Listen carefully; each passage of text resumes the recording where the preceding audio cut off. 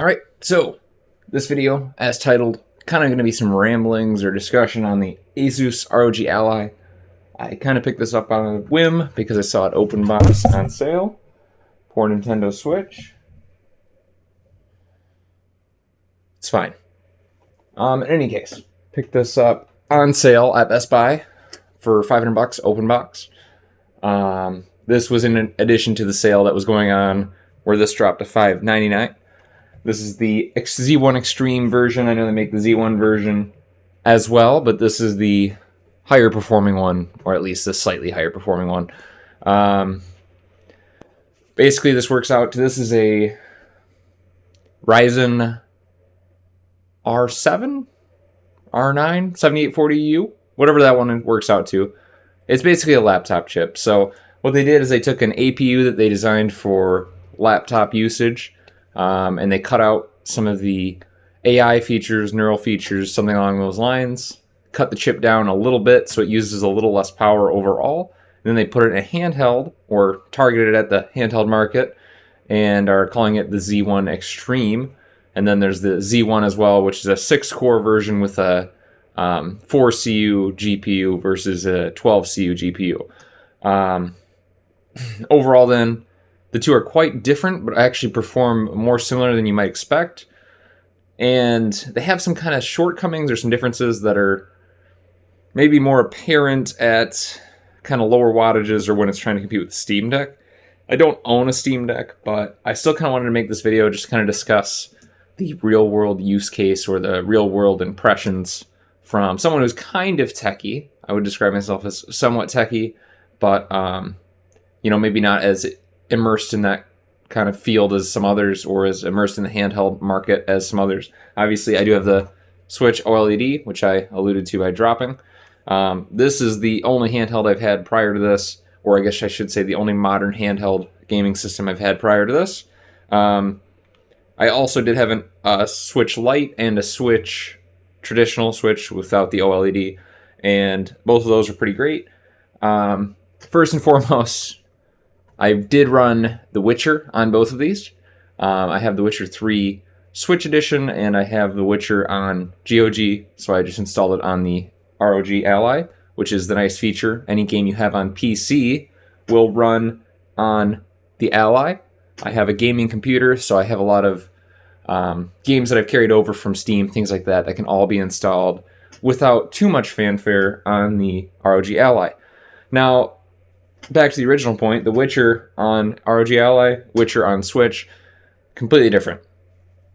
Same game, but the graphics, the quality is very apparent. Even running this ROG Ally at 15 watts performance mode, you'll see 40s, 50s frames per second on the DirectX 12 version of the Witcher. It's noticeably better detail, noticeably better graphics. Everything is immediately apparent. It's actually kind of mind-blowing how different the games look, because I just remember getting The Witcher on the Switch years ago and being like, I can't believe they can do this. I'm playing a desktop PC game in your hands. So kind of a cool experience nonetheless to see that big change, but it does come at a cost. Not just financial. Obviously, this is more expensive. This is a $500 PC at best case scenario. If you're buying it brand new, that came out for $700, and it retails seemingly right now through the holiday season at least for about $600. So yes, there's that financial cost there, but additionally, it comes at the cost of power. You may notice I do have a 10-foot USB-C cable plugged into this, C2C 100 watt, just because that's kind of the way you play this. You can do handheld, but you'll probably only get handheld battery life for probably if I run it to dead, probably an hour and a half to 2 hours. But I don't typically take my device and go from 100% to 0% to fully utilize the battery. That's hard on the batteries, and it's just not really practical. So that prime usage, window from 100% to maybe 25%, 30%, somewhere in that range, you're probably looking at an hour, especially if you're in that 15 watt profile. And to be honest, this thing won't run a ton of games below that 15 watt profile. It's actually interesting. So if you're looking for a low wattage, this doesn't really do it. This is the Kind of the caveat of having used this laptop CPU, this cut down laptop CPU, it's not as efficient as the Steam Deck is below 13 watts approximately. 13 watts and up, this starts to take the performance crown from the Steam Deck. And obviously this goes higher, this goes all the way to 30 watts, but below that 13 watt cutoff, the Steam Deck is actually getting more frames per second at the same settings. So they haven't done a lot in the way of optimizing this CPU for true, what I would call true handheld usage. But at the same time, the other end of that, no games that are modern are going to play below 15 watts. And that's kind of the double-edged sword here. I want to be able to play the modern AAA games, but you'd like to have your cake and eat it too and be able to play those for hours. It's not going to happen. This only will let you run in that 15 watt profile, 18 watt profile. Sometimes those are the two that I use the most because 18 watts just gives you a few more frames, which can make or break some games. So 15 watt, 18 watt profile, you're not running this for hours and hours on end unless you carry around another battery. So this is a DeWalt 5 amp hour pack with a 100 watt USB-C adapter on the top. I'm invested in the DeWalt ecosystem, so if you're looking at something similar, this is a good option. And this is about as large as like the Anker 737 power bank. This is 100 watt hours, so theoretically it's really closer to 90 watt hours, but this is very similar to that pack's capacity and will let you run handheld still only about 2.5 hours on the ROG Ally. That's not including the internal battery, so you can run a fair bit of time, but now I'm lugging around a few pounds of battery. But to be honest, from the perspective of somebody who's excited about this, that's still really fun. I'm not really discounting that. I just know that this isn't for everyone. Not everyone's going to want to play plugged in. Not everyone's going to want to play tied to a wall or tied to a power bank. And if you're really serious about not doing that, this is still the winner. This game is for, this probably runs 3-4 hours on a single charge. So much of that usable handheld time for 2 hours plus is good here. That's plenty. I don't usually game handheld for longer than that. And you can always plug in this and the Switch that is, and it charges quickly, as does the Ally, but it's just something you're definitely more conscious of, and you can't pick up the Ally at 60% and be like, yeah, good, I can still get another hour or two of gaming in. You can totally do that on the Switch. So for what that's worth, consider that. All right, so currently playing through a few games like Starfield. I've got Hogwarts Legacy installed. I just beat Dead Space completely on the Ally itself. I did have to plug in for the final boss battle because aiming at the moving targets was difficult with a controller, but that's neither here nor there.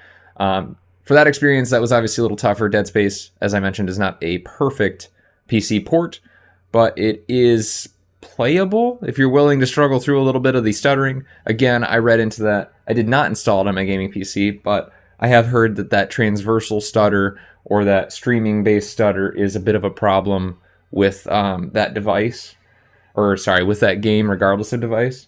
So I do think it's worse on the Ally than it probably would be on a full-blown gaming desktop, but it is one of those things where it was playable, but I wouldn't call it perfect. Similarly, most games like Starfield, most games like the kind of more recent Hogwarts Legacy release, things like that, they run well, really very well, but you're looking at a 30 FPS gaming experience at that 15 to kind of 20 watt performance profile, which, to be honest, on the Ally, that 18 watt profile is probably the sweet spot. If you're going above that substantially on battery power, it's really going to tank your battery life, and you're not going to get that many more frames per second. The 30 watt turbo mode is pretty cool, but again, if you're on, even if you're plugged in with that, that's how you access that, it is going to get kind of towards diminishing returns. And if you're plugged in mobile using like a battery or something, going to that 30 watt mode is just going to suck power out of these a lot faster. So you're not going to get nearly the same length of gameplay for, yes, more frames per second, but it does come at a cost. So what I would say then is that over the next year or two, this may no longer hold up to modern games. So don't get this handheld expecting it to play 2024, 2025 releases that are maybe towards the unoptimized end. I'll say if there's a great PC port and it's as good or better than the 2023 releases, you're going to be able to play them. I mean, as I said, Starfield runs really pretty well. Hogwarts Legacy actually runs surprisingly well for being characterized as a difficult game to run on PC. It runs better than I would have anticipated on the handheld. And really, its game is more like that Dead Space PC port that was known to be not a perfect PC port, but might be playable on my 3070 based gaming desktop. Whereas it's playable here, but it's honestly, I wouldn't recommend it unless you're into that sort of gaming experience where for me, it was better to play it in handheld, even with stutters, than to play it on desktop. I just prefer to play that style of game where it's more of like role playing or immersive, kind of immersing yourself in a world on handheld versus tied to a desk here, basically at a gaming PC. So that's, I think, the biggest upside for me on this system is I'm kind of, and maybe this is a good summary of who this system is really more targeted to or towards, is someone who wants that handheld gaming experience more than they want performance or frame rate that you would get at a desktop PC. And that's kind of where I'm at. I knew what I was getting into. I had the Switch. The Switch runs plenty of games, but I wouldn't, nobody's saying that it runs them well, in the sense that frame rates are fine, but they're in that high 20s, low 30s range for most every game on the Switch, especially now that the hardware is getting so dated. Similarly, this is going to have that trajectory, especially for new releases. Older games, they're going to run great. The Witcher runs great, like 2016 to 2018 era of games. Perfect. You're going to run those, no problem, probably getting closer to 60 frames per second on those higher targeted profiles. Obviously, as we move into more and more new games, you're going to have to drop res, probably going to have to play at 720p, things like that. There's going to be more tinkering and more specific settings, more work to be able to make games playable. Obviously, the Switch doesn't have that. So I would say, if we had to put it into like a single sentence, this is targeted at the PC gaming enthusiast who wants that experience in a handheld. Now, you can get away with more on a gaming PC because, like, for instance, my desktop has a 5600X and a 3070, and I run a 1080p monitor. So most games' auto settings are going to work fine. Like, you're going to be able to play it, you're going to have a great experience, even if you're not getting the best frame rates. With the Ally, it usually requires some form of tinkering that may not. Like, I choose to tinker on the desktop to get more frames per second or to get the experience I'm looking for, and that's fine. It would still work for somebody without that, especially with the auto settings, things like that being as okay as they are now. You're gonna be fine. On the Ally, the auto settings may not work, especially moving into games down the line. They're going to require more and more power. Again, it kind of loops back to this is the edge of the this is right at the edge of what's required to play modern games, and it's at the end of that. It's in the next couple of years. This is going to be too low horsepower of hardware, if you will, to play modern games. It's just kind of where it's at. It really is designed to play at low settings and less than the most demanding or poorly optimized games, which is not to bash it. I just don't want people to get the wrong expectation for this device and think, oh yeah, this will be as good as a gaming PC at 1080p. I mean, this has considerably, a fraction of the power of a 3070, and my desktop has, it's drawing hundreds of watts to do it, but it's driving the same resolution. This has a 1080p display. This my desktop, I run at 165 hertz, but it's 1080p. So it's only reasonable then, based on that logic, that at some point the limitations of the hardware here are gonna show up. And again, I'm very satisfied with this. I just don't want people to have the wrong expectations and think that, hey, this is going to be a console, or really that this is going to be a console. Unfortunately, you're at the liberty of most of these developers when it comes to PC hardware requirements, and it's not going to be like a console where they are shooting like this. I don't think this is in developers' minds, or at least it's not as in their minds as something like the Nintendo Switch. When they release a game on the Switch, they know it's going to perform on the Switch because they've tested it on the Switch. When they release a game for PC, they're not pulling out the stops and testing every handheld gaming PC to make sure it runs. It's really supposed to hit the lowest common average denominator, if you will. So maybe they go back a couple generations and they shoot for performance to be good on like a 2060 or a 1080, something like that. And if that's fine, that's good enough where they're at. And sometimes not even that. So this is a great gaming handheld, but don't expect it to be cutting edge for the next 5 years. I don't think it's going to have a life like the Switch has had, where new games are released despite the aging hardware, and that's the only place to get the experience. Obviously, Asus doesn't have their own development studio. They're not making games for this. This is just a device for playing PC games handheld, and will therefore be left behind quicker than something like the Switch or a console that's aging, anything like that. This is not guaranteed to have that support. Likely putting it in the same boat as the Steam Deck. Honestly, that's probably not going to get the same level of support beyond maybe a few, if Valve releases a few titles perhaps, or lower end indie games, things like that. They're all going to run just fine, but not the guaranteed level of support that, say, Nintendo, from a first party perspective, or even a third party perspective, is going to provide, just because Nintendo has sold a ton of these. So there's a lot of money in making things run on this. Hence why Hogwarts Legacy is coming to the Switch. It's a, crazy cut down version of it, but they're going to make it work because there's a lot of money in selling that. So future considerations, I think this is testing the waters for AMD. I think this is testing the waters for Asus. They didn't do a significant redesign of a chip. It's not a custom chip like the Steam Deck has. I think they saw the Steam Deck. I think they saw the Switch.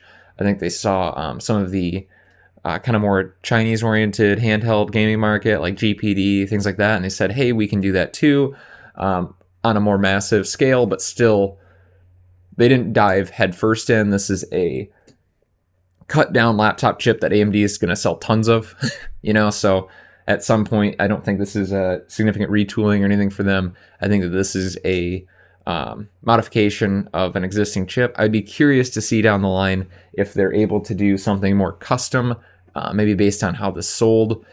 Again, like, that's kind of when it comes back to looking at the Steam Deck. The Steam Deck is obviously a little more custom solution, and that runs better at lower wattages, which arguably makes more sense. I really think that 15 watt profile is the maximum that you want to draw for battery powered gaming handhelds, because then your total system draw is like 26 watts or so. So you're looking at maybe 25 watts, but you're looking at diminishing battery life significantly if you go over that threshold. So I think that would be a good target. This CPU does hit 15 watt, but I don't think, even with this current generation, that this is the best they could do at 15 watt. I think this is the best they could do using a non-custom part, or using an existing laptop CPU, APU really, at the 15 watt target.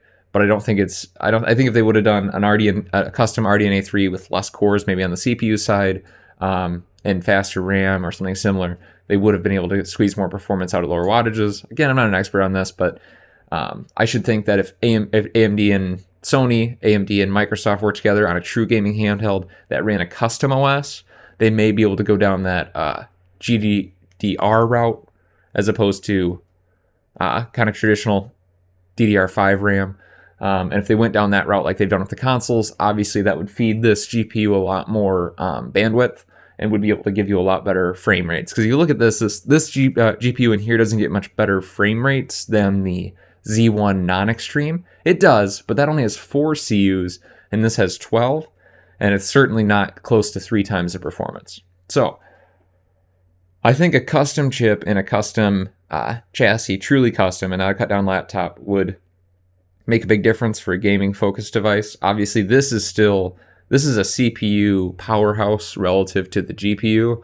They're quite different. The 8 cores in this, if you feed this full wattage, will do a lot of performance, but the GPU in here is not similar in that sense. The GPU is still very much the bottleneck. The thing about that would be, yeah, if they had a custom, as I said, Sony came in and said, hey, we're making a gaming handheld. It wants to, like the consoles, we want to have a massive GPU. We're going to sacrifice CPU performance, and we're going to cut down the on that CPU performance again by using GDR RAM. That might speed things up substantially even at these lower power wattages, even at 15 watts, things like that. So that would be really interesting to see if they thought there was a market. Again, I think AMD wanted to play it safer here. They said, hey, we're going to give the Z1 Extreme. It's going to be a modification of an existing chip, and it's going to just run Windows. Like it's going to be a form factor change. We're just going to take a laptop chip, put it in a handheld, and see how it sells. And then down the line, if this market gets big enough, maybe that'll entice them to make, hey, we need to make a chip that gives as much frame rate or as many frames per second at 15 watts as possible. Because I don't think that was the intent here. I think that was the intent in the Steam Deck. They probably targeted lower though. They probably said we need as many frames per second at 10 watts as possible. And that's why the Steam Deck performs better at 10 watts than this does. And even they could take it a step further and go to that GDDR memory. And that would probably, I don't know for a fact, I'm not an engineer in this space or anything. It would just, I mean, there's a reason the consoles do it. There's a reason all your GPUs come with GDDR. So if they go down that route, it's gonna likely increase performance. As these games get a little more advanced, a little more complex, I think this class of performance, this tier, is gonna get left behind, especially if PC ports aren't being super well optimized for that lower end hardware. So that's kind of my takeaway. I like the device. I like it a lot. I'm glad I bought it. I think it's a cool time to be a gamer. This is the cheapest, if you will, this level of performance handheld has ever been. $500 is a lot of money, but it's not really a lot of money even for this level of hardware. You would pay more for a laptop with this CPU in it, the laptop version. Obviously, then you get a keyboard, things like that, but I don't think this is a bad value. I just think you have to know what you're getting into as far as gaming experience. It's not going to be a boot up and play. It's probably not going to be for somebody who only wants games. It's going to be for somebody who wants to tinker. So, and I think that's evidence. I bought this open box. They had 3 of them. I think that's evidence of that. Most people buy this. They think it might be a Switch. It's not a Switch, so they return it. But I knew what I was getting into. If you know what you're getting into, you're going to like this device a lot.